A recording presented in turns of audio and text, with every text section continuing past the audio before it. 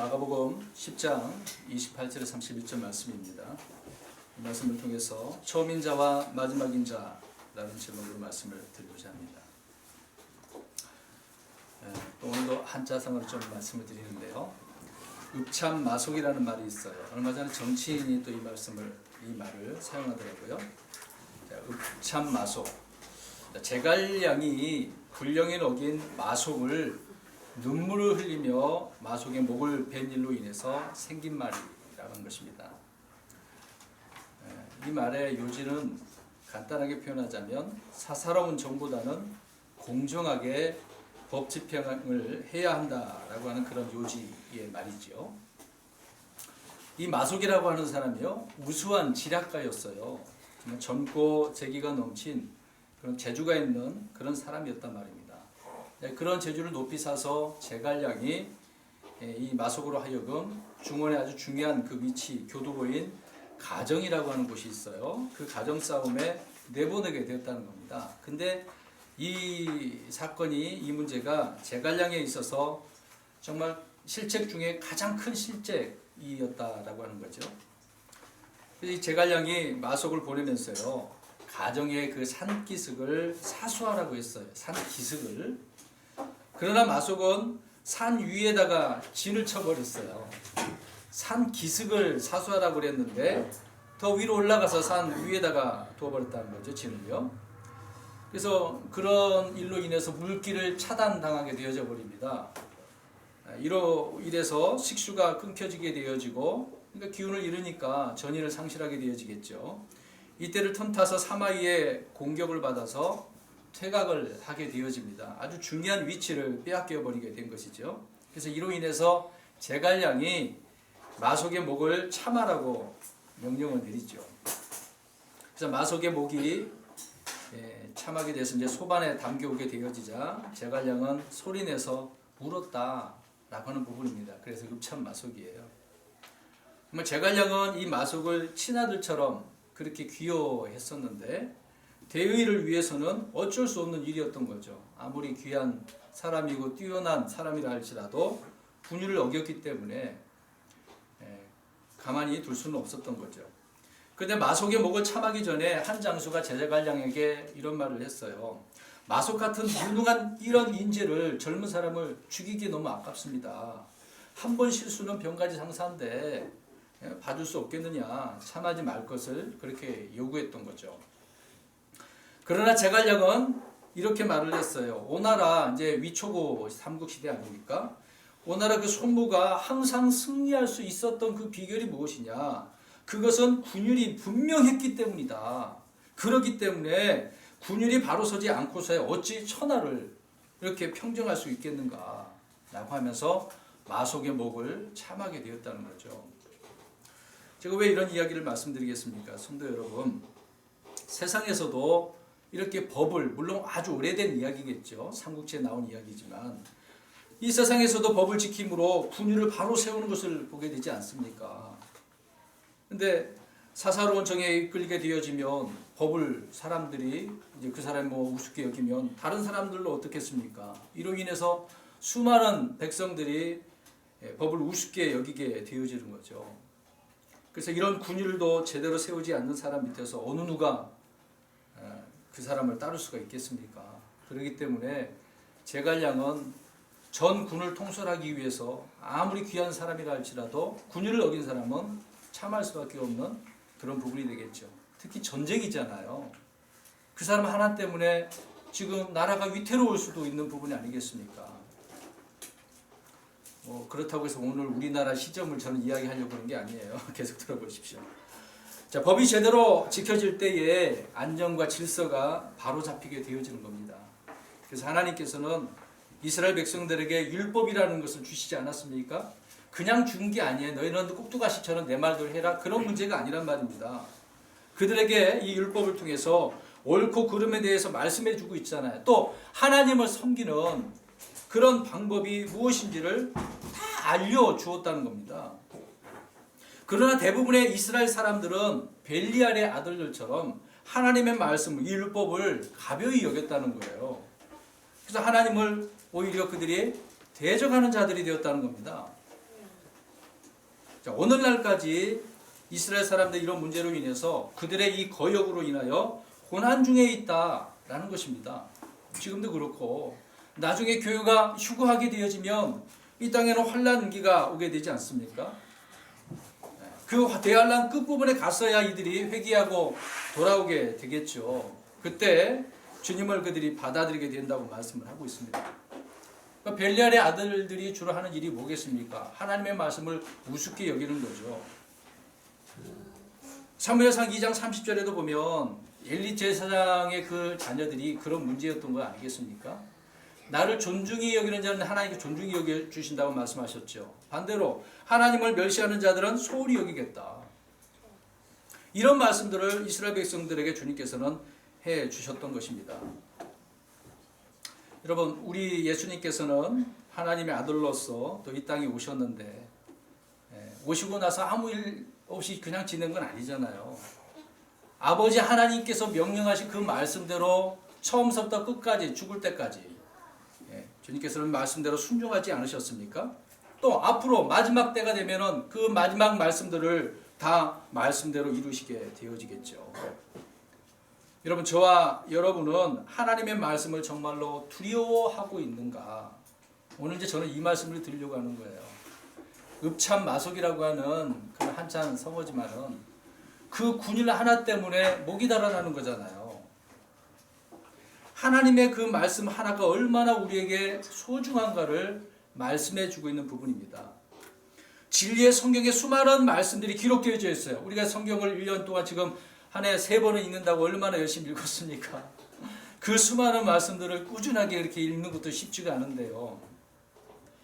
이 말씀들을 하나하나 읽을 때에 우리는 어떻게 여기고 있는가? 그게 이제 중요한 부분이 되겠죠. 어떤 분은 아예 읽지 않는 분들도 있을지 모르겠습니다. 또한 읽을 때에 그냥 읽고 지나가지 않습니까? 어떤 부분은 세밀하게 내 마음에 와닿는데 어떤 부분은 이해가 안 되는 부분도 있고 그냥 막 스쳐 지나가는 것도 많이 있죠. 이스라엘 사람들이 불순종해서 고난과 핍박 가운데 있었다는 이런 사실을 우리가 안다면, 계속해서 기억하고 있다고 한다면 우리 그리스도인들은 그들보다 더 하나님의 말씀을 두려워해야 된다는 거죠. 지금 내가 불순종함으로 인해서 오늘 이 마속이라고 하는 사람처럼 목이 떨어질 수 있다, 나갈 수가 있다, 이렇게 우리가 생각한다면 주님의 말씀들이 두려울 수밖에 없는 거죠. 여러분, 노아 때에도 천사를 통해서 소돔과 고모라의 멸망을 말씀해주고 있지 않습니까? 그래서 피하라, 그런 말을 해줬어요. 그렇지만 그 노아의 사위들은 창세기 19장 14절 가서 보니까 어떻게 여겼다고 그랬습니까? 농담으로. 여러분, 그때처럼 지금도 그러지 않겠어요? 주님께서 마지막 때가 되면 롯의 때처럼 소돔과 고모라 때처럼 된다고 말씀하고 있지 않습니까? 역사는 돌고 도는 거죠. 얼마나 많은 사람들이 하나님의 말씀을 존중히 여기지 않고 우습게 여기며 농담처럼 여기겠습니까? 있었던 일이 계속해서 이렇게 일어난다는 것을 성경은 말씀해 주고 있어요. 그러나 이런 사실들을 사람들은 우습게 여기고 있다는 겁니다. 그런 일들이 현실에서 자기에게 일어나지 않을 것이다, 그렇게 생각하는 사람이 너무너무 많아요. 나에게는 안 일어나. 오늘 아침에도 저번 주에는 우리 이혜리 자매님께서 누가 갑작스럽게 죽었다는 이야기 들었는데, 오늘 우리 명직이가 학교에서 선생님이 30몇 살밖에 안 됐는데 순식간에 심장마비로 죽었다라는 이야기를 또 들었어요. 죽음에는 순서가 있다 없다? 없거든요. 좀 나에게 일어나지 않을 것이다? 보장 못하는 거예요. 그러니 이런 자세를 가지고 있기 때문에 결국 심판받아서 멸망에 이르게 되어진다는 사건이 얼마나 성경에 수많이 이렇게 기록을 해놓고 있습니까? 근데 읽을 때 내 마음이 두려워하지 않는다? 뭐가 문제가 있는 거죠. 예수님께서는 재물을 신뢰하는 자들은, 오늘 이제 본문으로 가서 설명을 드리면, 하나님의 왕국에 들어가는 것은 심히 어렵다라고 말씀하고 있습니다. 제자들은 이 말씀에 극도로 놀라며 누가 구원을 받을 수 있냐며 이렇게 서로 이야기를 하죠. 그러나 예수님께서는 사람들에게는 불가능하나 하나님께는 모든 것이 가능하다. 제가 얼마 전에 설교를 하지 않았습니까? 자, 이런 말씀을 하고 나서 베드로가 오늘 본문에 물어보는 거예요. 그때에 베드로가 말을 하고 있어요. 보소서, 우리가 모든 것을 버리고 주를 따랐습니다. 주님께서 말씀하신 대로 이렇게 우리는 주님을 따라다니고 있지 않습니까? 버리지 않았습니까? 아버지도 버리고 그물도 버리고 배도 버리지 않았습니까? 그 얘기하고 있는 거죠. 그렇게 말하니까 예수님께서는 나와 복음을 위하여, 자 보세요. 무엇과 무엇을?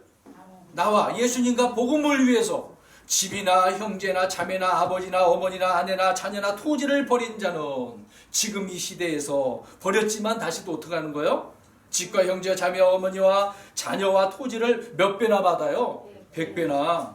근데 100배나 받는데 무엇과 함께 받는데요? 핍박과. 여러분 보십시오. 주님 앞에 뭔가 받으려면 공짜가 없어요. 뭔가 우리가 한 부분에 있어서 어려움이 있다는 것을 알 수 있네요. 자, 핍박과 함께 받고 오는 세상에서는 영원한 생명을 받으리라. 최후의 이 영원한 생명을 얻게 되어지겠죠. 여러분 또한 그러나 처음인 자로서 마지막이 되고 마지막인 자로서 처음이 될 자가 많다. 오늘 이제 본문의 마지막 구절 말씀이죠. 오늘 저는 이것을 말씀드리려고 합니다. 이 말씀을 드리고 있는 거예요. 처음인 자가 마지막 되고 마지막인 자가 처음 된다. 다시 상기를 시켜드리겠습니다. 제가 읍참마속이라는 말을 왜 했겠습니까? 군유를 어기면 어떻게 되는 거예요? 목이 달아나는 거예요. 근데 오늘 이렇게 내가 주님과 복음을 위해서 다 버리긴 버렸어. 버리긴 버렸어. 근데 주님을 통해서 이제 100배나 받는 그런 말씀이 있네요. 물론 그 당대의 사도들에게 이것이 임하였던 부분이긴 하는데요. 아무리 그렇다 할지라도 다 버렸다 할지라도 근데 처음 된 자가 어떻게 될 수도 있는 거예요? 마지막이 될 수도 있다. 중요한 부분입니다, 여러분. 오늘 이 본문의 말씀은 성경에 4번이나 언급을 하고 있어요. 마태복음 19장 30절, 마태복음 20장 16절, 오늘 본문과 누가복음 14장 30절에 이와 같은 말씀이 기록되어져 있습니다. 이 말씀에 관한 해석이 이제 3가지로 나눠져 있는데 다 같지는 않아요. 말씀을 하고 있지만 좀 배경이 다르고 말하고자 하는 말씀이 좀 달라요. 첫 번째로 간단하게 말씀드릴게요. 이 말씀은 그리스도인들의 상급과 관련된 말씀이에요. 오늘 본문 말씀 보니까 몇 배나 받는다는 이야기가 나와요. 100배. 자, 100배 뭔가 주신다고 하는 것이니까 보상에 대한 이야기잖아요. 그래서 100배나 받고 핍박과 함께 받고 또 오늘 세상에서는 영원한 생명을 받으리라. 이게 그리스도인들의 상급과 관련되어 있어요. 마태복음 또 이렇게 나오고 마가복음 나오고 누가복음 나올 때 같은 것 같은데요. 잘 보십시오. 왜 갑자기 그리스도인 이야기했는지. 근데 반대로 또 그리스도인들 말고 유대인들과 또 관련되어져 있습니다. 이 말씀이요. 다 같이 봐야 되는 부분이거든요. 한쪽에만 치우쳐서는 안 돼요. 자, 두 번째로 유대인들과 관련된 내용인데 누가복음 13장 24절에서 30절 말씀에 가서 보면은요. 안 찾아보셔도 됩니다. 좁은 문으로 들어가기를 힘쓰라고 말씀을 하시면서 30절에 처음인 자가 마지막이 되고 마지막인 자가 처음이 될 자가 있을 것이라고 말씀하셨어요. 이 누가복음의 의미의 말씀은요. 처음이 된 유대인이 마지막이 되고 마지막인 이 이방인 우리 이제 믿는 그리스도 이방 사람들이죠. 이 마지막인 이방인이 처음이 될 것이라고 말씀하는 것이기 때문에 유대인들과 이렇게 관련이 있다는 것입니다. 그래서 유대인들은 먼저 하나님의 이 놀라운 은혜를 입었지만 그들은 선민이잖아요. 주님께서 택하신 민족이지 않습니까? 다른 민족도 아니고 유대인들을 주님께서 선택하셨단 말이죠. 그래서 받은 은혜가 얼마나 커요. 근데 그 은혜를 어떻게 여겼다고요? 네, 우습게 여기는 거죠. 그래서 예수님을 받아들였습니까? 거부했습니까? 거부했어요. 그로 인해서 그들에게 주어질 그 복이 누구에게 또 돌아가게 되어진 거죠? 이방인들에게 우리에게 돌아오게 된 거죠. 요한복음 1장 11절에 그분께서 자기 백성에게 오심에 그분의 백성이 그분을 받아들이지 아니하셨을 때. 자 보세요. 그분을 받아들이지 아니했다. 이스라엘 백성들이 주님을 이렇게 거부한 것을 말씀을 하고 있네요. 자 마지막 세 번째로 오늘 이 처음 된 또 나중된 이 사람들에 대해서 설명을 무엇이라고 말씀하냐면 마태복음 20장 1절에서 16절 말씀에 가서 보시게 되시면 여기에서는 하늘의 왕국이라고 그래요. 자 오늘 본문에는 무슨 왕국일까요? 하나님의 왕국이죠. 자 하늘의 왕국과 하나님의 왕국이 다르다는 것을 여러 번 말씀을 드렸죠. 하늘의 왕국은 유대인들에게 속한 말씀이죠. 친히 이 세상에 물리적으로 눈으로 보이는 실질적인 그 왕국을 말하는 것이고, 하나님의 왕국은 영적인 왕국으로서 그리스도인들 믿는 자들에게 임하는, 그래서 하나님의 왕국은 성령님 안에서 의와 기쁨과 화평이다 라는 말씀 우리가 잘 아시죠. 그래서 세 번째로 이 말씀이 하늘의 왕국에 대한 비유로 이렇게 말씀하는 말씀인데요, 유대인들이 하늘의 왕국에 들어가는 이런 초청을 받았지만 들어가는 자가 많다 적다, 적다라고 말씀을 하고 있는 거죠. 왜? 겁이 있기 때문에.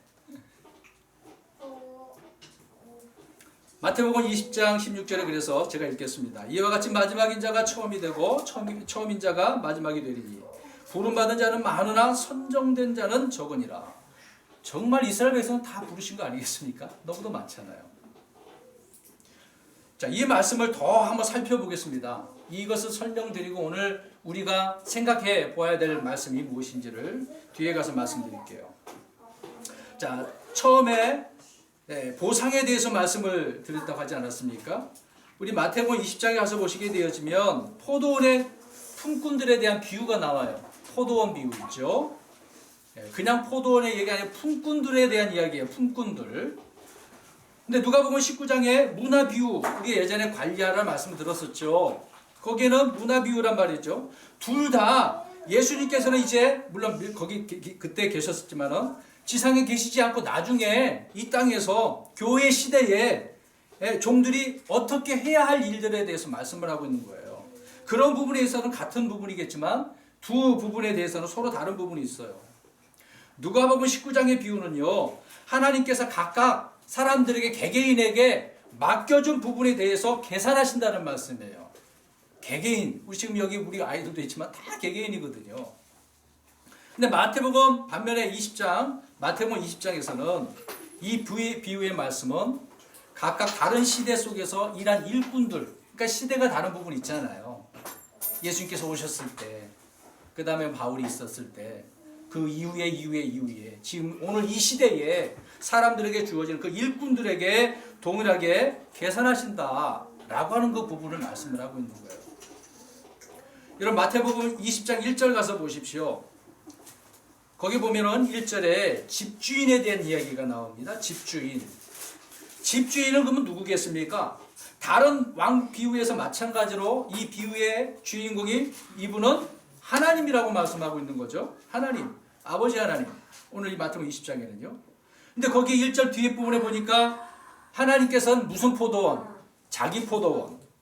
다른 포도원은 아닙니다. 하나님께서 가지고 계신 자기 포도원이라고 말씀하고 있어요. 그러면 이 포도원은 누구를 말하는 거예요? 이스라엘. 아까 우리 그리스도인의 보상과 이스라엘에 대한 이야기를 나눈다고 말씀드리지 않았습니까? 왜 이 이야기를 하는지 여러분 살펴보셔야 돼요.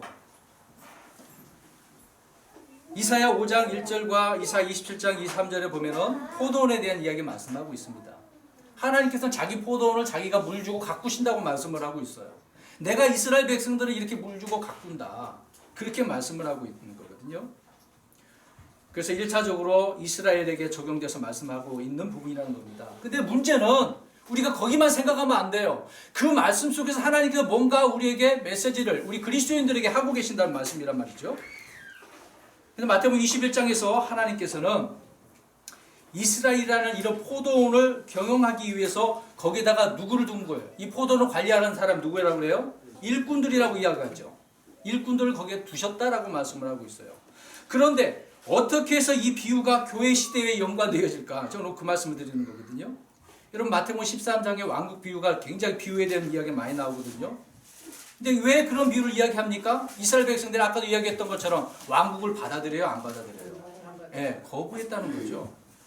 그렇기 때문에 지금 이야기를 하고 있는 거 잘 우리가 이해를 하셔야 됩니다. 그래서 이 포도원은 마태복음 21장 38절에 자 그들에게 주어질 상속 재산이라고 말씀을 하고 있는 겁니다. 상속 재산. 예수님께서 유업으로 받으실 이스라엘은 하나님의 경영하심을 통해서 좋은 열매를 맺는 포도원이 되어야 된다고 말씀하고 있는 거죠. 그러나 마태복음 21장 36절에서 46절 가서 보게 되어지면 하나님의 이 포도원을 맡은 농부들은 소출을 받아오려고 하는 그 일꾼들 또 대언자들을 어떻게 했어요? 때리고 돌로 쳐서 죽였어요. 집주인이 다시 이제 아들을 보냈네. 그 아들 또한 어떻게 했습니까? 네, 죽였다고 말씀하고 있는 거죠. 그러나 그때 이스라엘이라고 하는 이 포도원을 맡은 바리새인들과 우리가 알듯이 서기관들, 종교 지도자들이 예수님을 거부하고 죽였다라고 하는 그 내용을 주님께서 말씀을 하고 계셨던 거죠. 너희들이 나를 그렇게 할 거다. 이때 예수님께서는 포도원 주인이 올 때 이 농부들을 비참하게 다 죽이신다고 말씀하고 있네요. 포도원의 소출을 제때에 바칠, 그래서 그 농부들 말고 다른 농부들을 그들에게 세를 주겠다. 자, 그럼 이들은 누굴까요? 또 처음에 있는 농부도 아까 얘기했습니다. 누구예요? 예, 유대 사람들이고 다른 농부들은 누굴까요? 이방인이죠. 자, 오늘 잘 들으셔야 됩니다.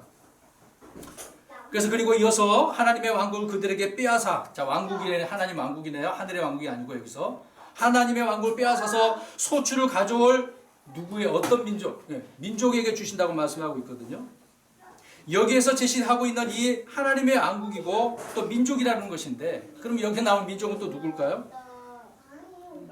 네, 우리 베드로서 가보겠습니다. 2장 9절. 베드로서 2장 9절입니다.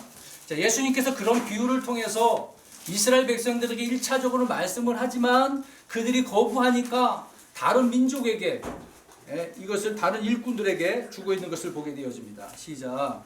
그러나 너희는 선정된 세대요, 왕가의 제사장이요, 거룩한 민족이요, 특별한 백성이니. 그럼 너희는 누구예요? 여기서 우리 믿는 그리스도인들이죠. 여러분, 성경에서 거룩한 민족이라고 할 때에 이스라엘과 교회만 사용되어지는 단어거든요. 다른 자들에게 사용 안 해요. 저 그 주변에 시리아, 지금 뭐 이라크, 이란, 아닙니다. 그런 나라를 거룩한 민족이라고 하지 않았어요. 그런데 여기에서는 이스라엘이라고 하는 민족에게서 빼앗아서 교회라는 민족에게 준다는 거예요. 그리고 그 주시는 것이 이 땅의 왕국이 아니라 무엇이라고요? 하나님의 왕국. 만약에 그게 실질적인 이 땅이라고 한다면 뭐 구약에서 이스라엘 백성들이 그 주시고자 하는 그런 약속을 교회에게 빼앗아다 그렇게 줄 수도 있는 거 아니겠습니까? 눈에 보이는 게 아니니까요. 그럼에도 불구하고 하나님께서는 그 왕국, 이 땅의 왕국을 이스라엘에게 여전히 남겨주시네요. 언제 이루시려고 이거를? 천년왕국 때. 우리가 이제 배웠으니까 아시겠지만, 자, 그래서 하나님께서 교회를 다루실 때는 언제나 하나님의 왕국이라는 것을 분명하게 말씀해주고 있기 때문에 우리가 주목해야 된다는 거죠. 하늘의 왕국과 하나님의 왕국. 오늘 본문에서는 주님께서 이 하나님의 왕국에 대해서 말씀을 하고 있는 겁니다. 비록 천년왕국을 설명할 때도 이렇게 우리가 이 말씀을 사용하고 있지만, 우리는 그리스도의 몸이 아닙니까? 성령님 안에서 의와 화평과 기쁨을 누리는 하늘에 속한 이 영적 민족이기 때문에 그러는 것이죠. 그런데 다시 처음으로 또 돌아가서 참 마석처럼 군유를 어기면 목이 달아나는 것처럼요.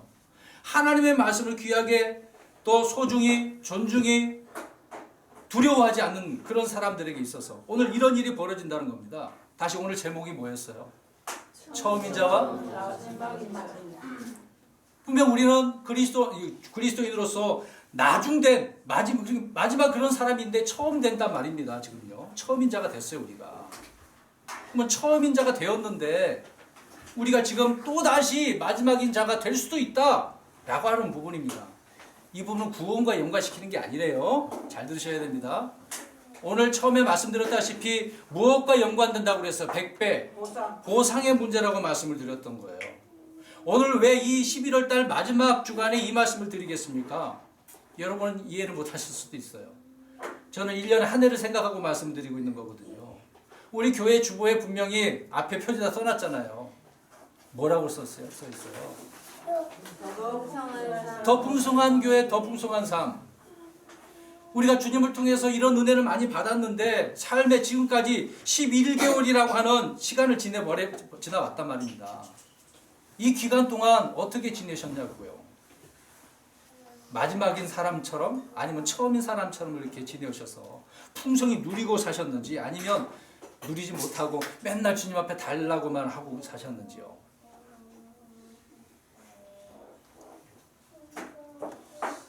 여러분 마태복음 20장 또 가서 보십시오. 그 비유에서 포도원의 이 주인은요, 보십시오. 2절에 시장에서 어떤 사람 써 있어요. 시장에서 놀고 서 있는 다른 자들, 이런 일꾼으로 지금 불렀다고 말씀하고 있네요. 자, 원래 포도원 안에 있던 사람들이 아니죠. 이 사람들은 지금 어디에서 놀고 있어요? 시장에서. 할 일도 없나 보네. 도대체 일도 안 하고 있는 사람이 얼마나 많아요. 여러분 일 열심히 하고 계십니까? 먹고 사는 일 말고 먹고 사는 일을 위해서 우리가 열심히 일을 하잖아요. 이들은 하나님과 관계없이 밖에 있는 사람들이었다는 거예요. 이방인. 그런데 이들은 무엇이 된 거예요? 하나님의 일꾼이 되었다는 거예요. 일꾼이. 그래서 에베소서 2장이 말씀하고 있잖아요. 지나간 때에는 너희가 그것들 가운데서 이 세상의 행로를 따라 걸었지 않았느냐. 옛날에는 그랬다는 거죠. 예수님 믿기 전에 그랬지 않습니까? 그럼 지금은 달라져야 되는데, 지금 그리스도인으로서 더 달라지고 더 하나님의 말씀 그리스도인으로 빛나야 되는데, 때문에 그리스도인들이 이렇게 안 보이는 경우가 있죠. 저도 또 우리 성도 여러분들도 살다가 보면은 빛이 빛나야 되는데 어떨 때는 빛이 다 사라지는 경우가 있어요? 없어요? 또 계속해서 말씀 보면 지나간 때는 우리도 다 그들 가운데서 우리 육신의 욕심 안에서 생활하며 얼마나 우리가 욕심 가운데 육신의 그 욕심에 이끌려서 삽니까? 에베소 2장 12절 가서 보면은 우리는 이스라엘 연방 국가 밖에 있던 자들이라, 외인들이다, 그렇게 말씀하고 있네요. 외인들이라고 하면 얼마나 불쌍합니까? 취급도 안 하는 거죠. 이러한 자들이었다고 말씀하고 있네요. 근데 이런 자들이 우리가 이제 뭐가시 됐어요? 하나님의 일꾼들이 됐단 말이죠. 일꾼 자녀들이 된 거죠. 자녀들에게, 일꾼들에게 맡겨준 것이 있지 않습니까? 일하라고. 오늘 베드로가 말하지 않습니까? 주님과 또 복음을 위해서 다 버렸어. 형제, 그 집에 있는 것들 다 버렸어. 버렸다고 말씀하고 있잖아요. 근데 우리는 여전히 육신의 것들에 이끌려서 사는 경우가 많죠. 여러분 한 가지 이제 서두에 제가 이 말씀을 드리려고 했지만 들어보십시오. 우리가 주님을 믿는 이 중요한 시기에 내가 주님을 섬기는 그 부분 속에 내 앞을 가로막고 있는 것을 있다고 한다면, 그런 것들이 있다고 한다면 어떻게 하시겠어요? 그냥 내버려 두시겠습니까? 오늘 하나님의 말씀이 두려워서 살아야 되는데 내 앞에 자꾸 가로막고 있어. 아유, 뭐 오늘 안 되면 내일 하지. 그냥 내버려 두고 그렇게 계시겠습니까? 장애물이 있으면 그거 치워버려야 되잖아요. 앞에 있는, 막혀져 있는데. 걸림돌이 있으면 그걸 없애버려야 되잖아요. 돌이 하나 탁 들어박혀 있으면 빼내갖고 없애버려야 되는 거 아닙니까? 씨 뿌리 비유에서 그 돌짝밭 왜 이야기를 하겠어요? 그 돌이 있으면 어떻게 해버려야 하는 거예요? 좋은만 맡으려면 다 치워버려야죠. 없애버려야지. 안 없애버리지 않습니까? 그러니까 육신에 계속 이끌려 다니는 거죠. 그래서 저는 오늘 이 부분에서 말씀드리고자 하는 것이, 오늘 본문의 말씀을 우리가 영적으로 그리스도인들에게, 우리에게 적용시키겠습니다. 적용한다면 예수 그리스도를 먼저 믿었다고 해서 늦게 믿은 사람보다 더 주님을 더 잘 섬기라는 그런 법이 없어요. 다시 말씀드려서 예수 그리스도를 오래 믿었다고 신앙생활을 더 잘하는 것이 아니란 말입니다. 여러분 죄송한 이야기는 우리 아이들보다 못할 수도 있어요. 우리 자녀들, 어린애들이 순수하잖아요. 사실상 아직까지는 때가 안 묻었으니까. 말씀 배워가지고 부모 집에 가가지고 엄마 아빠가 잘못한 부분을 보고 어머니 아버지 하나님께서 이런 말씀하셨어요. 왜 이렇게 하세요? 그러면은 뭐라고 대답할 거예요? 애들도 바른 말 하지 않습니까? 때로는. 그러므로 자신이 다른 사람보다 예수 그리스도를 먼저 믿었다고 우리가 우쭐댈 수가 없는 거죠. 우리가 이렇게 시간이 지나오고 우리는 진리의 성경이라고 하는 킹제임스 성경을 지금 온전한 말씀이라고 믿고 있습니다. 그렇게 확신하고 있는 거죠. 그런데 말씀대로 순종하지 않고 우쭐대고 있다고 한다면 문제가 있지 않습니까? 심지어는 고린도 교회처럼 교회 안에 들어오면 먼저 온 사람들이 터줏대감 노릇한다고 나중에 들어온 사람들 막 군림하려고 하는 그런 부분이 있겠죠. 높은 자리에 올라가려고, 차지하려고 그런 경향이 얼마나 많습니까? 그래서 그 예수님께서 그 당시에 계실 때 서기관들 바리새인들이 그 일들을 하셨지 않습니까? 위대해 보이려고 시장에서 막 거룩한 사람처럼 보이려고 하고 성전에서는 기도하는 바리새인 세리 기도하는 거 욕하고 비방하고 자기는 의롭게 생각하고 그런 경향이 있는 거 아니겠습니까? 이러한 행위는 세상 사람들이 하는 행동이기 때문에 우리는 버려야 되는 거죠. 오늘 베드로 사도가 뭐라고 그래요? 주님과 복음을 위해서 어떻게 했다고요? 버렸다고요? 다 버렸다지 않습니까? 그리스도인들은 항상 그래서 낮은 자세로 섬기는 자들이 돼야 되는 거죠.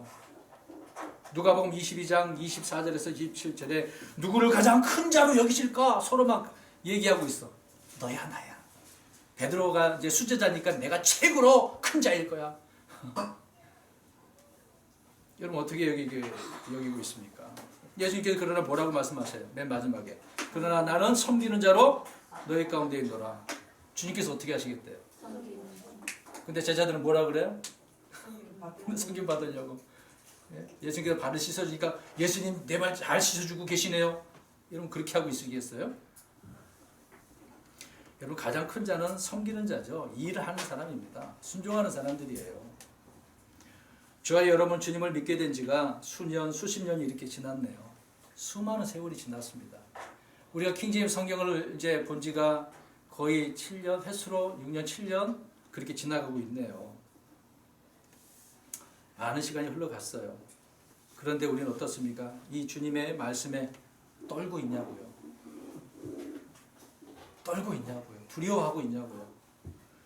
이번에 에스라서 강의하면서 살펴본 내용인데요. 좀 은혜가 된 바가 있어서 우리 성도 여러분들에게 말씀을 또 같이 나누려고 합니다.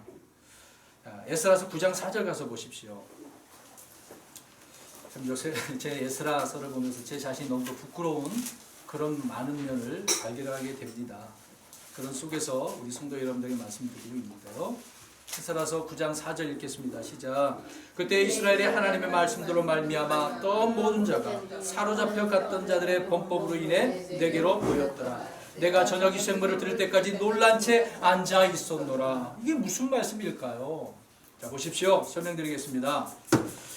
이스라엘은 바벨론 70년의 그 포로 생활을 보내고 나중에 이제 돌아오게 되어지죠. 70년이 딱 차니까 하나님께서 돌아오게 하셨습니다. 그러니까 말씀대로 돌아오게 되어졌는데 물론 이스라엘 전체가 한꺼번에 돌아온 건 아니에요. 수백만 명이 끌려갔는데 일부만 돌아왔어. 얼마 10만 명도 안 돼요 사실상. 1차 때는 5만 명도 안 돌아왔어요.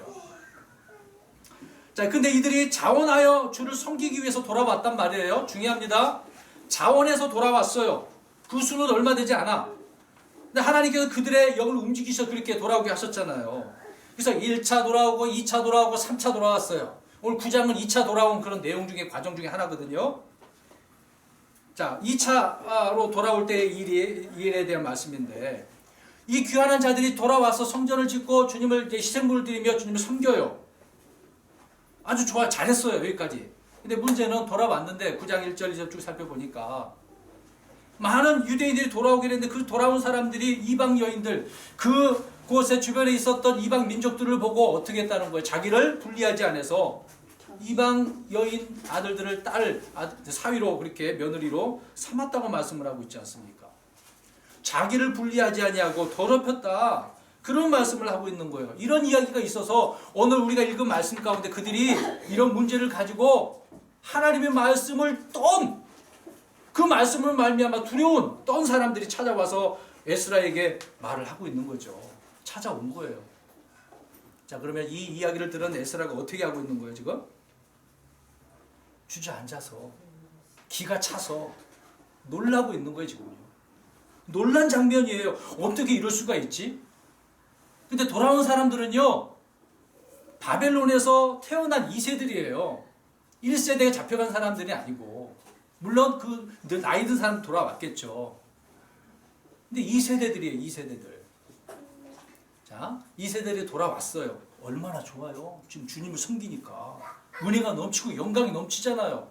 근데 행실은 분리되지 않냐고 더럽혀졌잖아요. 제가 왜 또 이 말씀 드리겠습니까? 처음인 자가 나중 될 수도 있는 거죠. 물론 그들은 지금 뭐 2세지만은 바빌론에 잡혀가는 2세지만 나중 되잖아 그렇게 할 수도 있잖아요. 아무튼 돌아왔으니까 얼마나 잘한 일이겠습니까? 근데 그 이후의 삶이 나중된 이런 모습을 보여주고 있는 거죠. 참 이 말씀을 그래서 우리 성도 여러분들에게 말씀드린 이유는 자신을 이렇게 분리하지 않은 것. 또 그 가운데 그럼에도 불구하고 신실하게 주님의 말씀들로 떤 그 말씀들을 두려워한 사람도 있었다는 거예요. 대부분의 사람들은 분리되지 않냐고 타락하고 있었는데 오늘 에스라를 찾아온 사람들은 하나님의 말씀을 어떻게 하고 있다고요? 떨고 있다고요. 이 말씀을 안 지키면 안 되는데. 근데 이상한 것은요, 우리가 아는 것처럼 아닥사스다 왕이 에스라를 보내면서 야 가서 유대인들에게 율법을 가르치라고 했습니다. 가르쳤어요. 이제 봐보세요. 가르침을 받았어. 근데 행실은 어때? 분리되지 않은 사람은 산다니까요. 지금도 그래요. 또 제가 이야기하지만 우리가 킹제임스 성경 말로만 온전하다고 그렇게 하면 안 된다고요. 말씀에 순종하지 않으면 똑같은 거예요 다.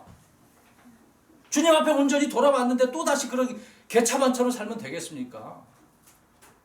정말 부끄러운 일이거든요. 제가 왜 강력하게 이런 말씀 드리겠습니까? 많이 보니까 그래요. 겉으로는 야 우리 이거 정말 이게 옳다. 행실들은 달라지지 않는데요. 어떤 목사님이 교회 부임을 했는데 말씀을 전날 전해서 은혜가 넘쳤어요. 둘째 날 전해야 되는데 똑같은 말씀 전해요. 아 그래도 뭔가 목사님 뭔가 말씀한 게 있겠지. 셋째 주에도 또 말씀하세요. 똑같은 말씀. 넷째 주에도 또 그렇게 말씀하세요. 아니 목사님 왜 자꾸 똑같은 얘기만 말씀만 갖고 이야기하세요. 뭐라 그랬겠어요? 변화되지 않았어. 네, 그거거든요. 아니 내가 그렇게 말씀드렸는데 변화되지 않으니까 내가 또 이야기하지 않습니까? 이런 예화를 많이 들으셨겠죠. 왜 그렇겠어요? 하나님도 그렇잖아요. 이스라엘 백성들에게 또 얘기하고 또 얘기하잖아요. 야, 나는 이런 말을 너에게 했는데 왜 안 고치냐? 떨어야 된다고요. 돌아와서 주님의 말씀을 배웠는데도 불구하고 행실은 영 아니네요. 그러니까 기가 차죠 지금 에스라가 주저앉아가지고 어떻게 이럴 수가 있어? 재미없네. 은혜가 넘치고 있잖아요. 에스라 같은 경우에는 지금 주님을 섬기고 그러니까 다 같이 그렇게 했으면 얼마나 좋겠어요. 근데 소수만이 하나님의 말씀에 지금 떨고 있는 거예요. 그래서 에스라처럼 이런 주님의 말씀이 두려운 자들이 우리 주변에 이렇게 있어야 되겠지 않습니까? 금요일날 말씀드렸습니다만은 정말 저뿐만 아니라 우리 주변에 우리 사랑하는 성도 여러분들 주변에 하나님의 말씀을 두려워서 떤 사람이 많이 있었으면 좋겠습니다. 그런 사람들이 진정한 친구가 아니겠어요? 우리 보시잖아요. 근데 그런 사람들 말고 다른 사람들을 친구다 참 말하기 힘들잖아요. 우리 시편 119편 63절 보겠습니다. 금요일날 우리가 살펴본 말씀 구절인데요. 좀 보겠습니다. 119편 63절 계속 119편 한 번 더 읽을 거니까 펴놓고 계셔요. 63절입니다. 시작. 나는 주를 두려워하는 모든 자들과 주의 훈계들을 지키는 자들의 것이니. 아멘. 시편 기자가 주를 두려워하는 모든 자들 또 주의 훈계를 지키는 자들의 것이다. 서로 말씀 따라 이렇게 순종하는 사람들이 친구예요, 친구. 주님의 말씀을 이렇게 지키는 것이 우리의 벗이 되겠죠. 같은 킹제임스 성경을 보는 자들이 벗이 아니라 말씀에 두려워하고 순종하는 사람들이 우리의 친구고 벗이죠. 말씀대로 그래서 떤 이들은 에스라와 같은 마음을 가지고 있는 거예요. 같은 영을 가져서 찾아온 거죠. 그래서 이 사람들은요. 세상에 동화된 사람들이 아니에요. 분리된 사람이에요. 분리된 사람. 주의 말씀에 무감각한 그런 사람들이 아니라 그 말씀에 두려워서 떨어서 믿음으로 반응했던 그런 사람들이 아니겠습니까? 또 아까 119편 161절 읽겠습니다. 161절 시작. 통치자들이 까닭없이 나를 핍박하였으나 내 마음은 주의 말씀에 두려움 가운데 서 있나이다. 아멘. 보세요. 지금 우리가 말씀대로 바르게 살고 있는데 까닭없이 핍박을 받아요. 근데 우리의 마음은 어때요? 주님의 말씀으로 그들이 말을 하든지 말든지 어때요? 그 말씀이 두려우니까 그 말씀 따라가는 거예요. 누가 뭐라 그래도. 제가 청년 때 장로교 때 목사님이 담임 목사님이 그런 얘기를 많이 하더라고요. 기차가 막 지나가. 근데 옆에서 강아지는 걔는 막 짖어. 표현 중에 하나예요. 걔가 막 짖는다고 기차가 멈추냐고요. 멈춰요, 안 멈춰요? 안 멈춰요. 안 멈추면 그냥 가는 거죠. 네, 그 당시에 그 말을 왜 하셨는가 해보면은 지금 보면 이해가 되네요. 그럼 주님의 말씀을 무시하고 멸시하고 불신하는 사람들, 또 조롱하고 농담으로 여기는 사람들은 문제가 있는 거겠죠. 우리의 벗이 될 수가 없습니다. 또 하나 보겠습니다. 잠언서 13장 13절 가서 보십시오. 주님의 말씀을 두려워하면은요, 이번에는 주님께서 우리에게 보상해 주시는 거예요. 좀 전에는 우리가 주님의 말씀을 두려워하면 우리에게 무엇이 있어요? 자, 13장 13절입니다. 시작. 누구든지 말씀을 멸시하는 자는 멸망하리라. 명령을 두려워하는 자는 보상을 받으리라. 아멘. 명령을 두려워하는 사람들에게 보상이 있는 거죠. 오늘 본문으로 또 가서 보겠습니다. 그럼 오늘 본문에 베드로는 지금 다 버리고 주를 따랐다라고 28절에 말씀하고 있잖아요. 모든 것을 버렸댔지 않습니까? 얼마나 주님의 명령이, 물론 그 당시에 제자들의 연약한 부분이 있었는데요. 실질적으로 그렇게 했잖아요. 주님께서 야, 나 따라와라, 나를 따르라 그러니까 그렇게 했지 않습니까? 그렇기 때문에 주님께서 말씀하고 있는 것처럼 100배나 받는다.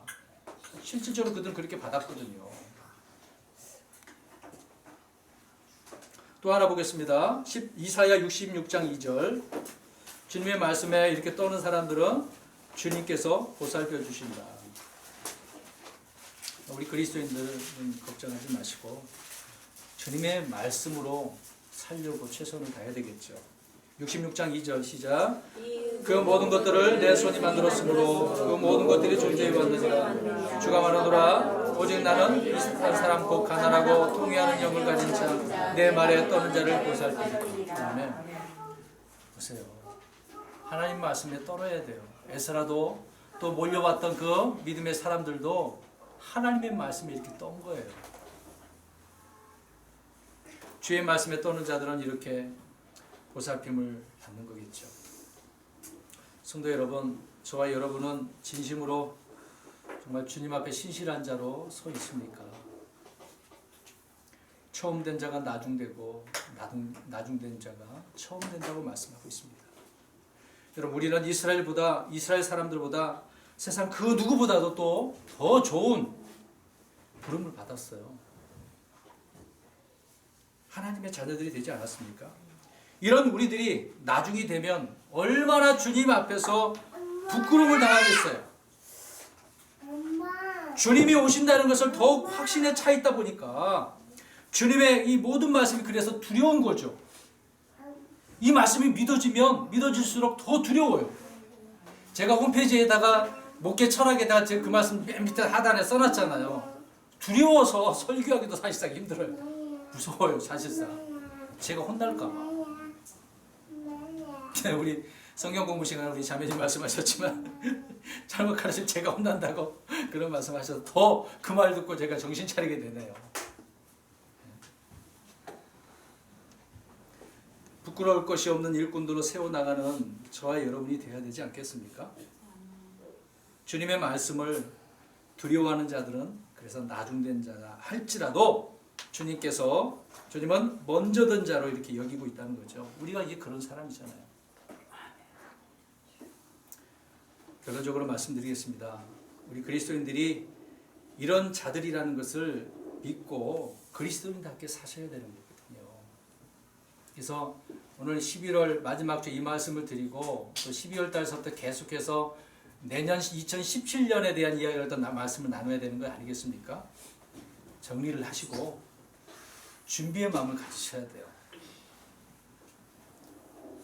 앞으로 10년이고 20년이고 30년이고 주님은 안 오실 것이다? 그런 생각하지 마시고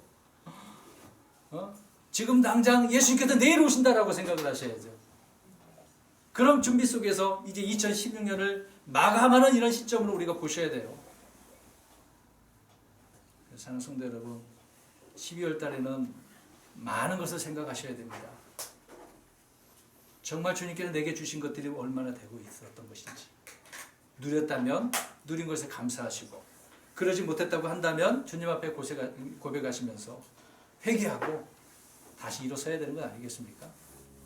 나중된 자가 되지 마시고 먼저 된 자로서 주님을 신실하게 섬기는 저와 여러분이 되시기를 주의 이름으로 축원합니다.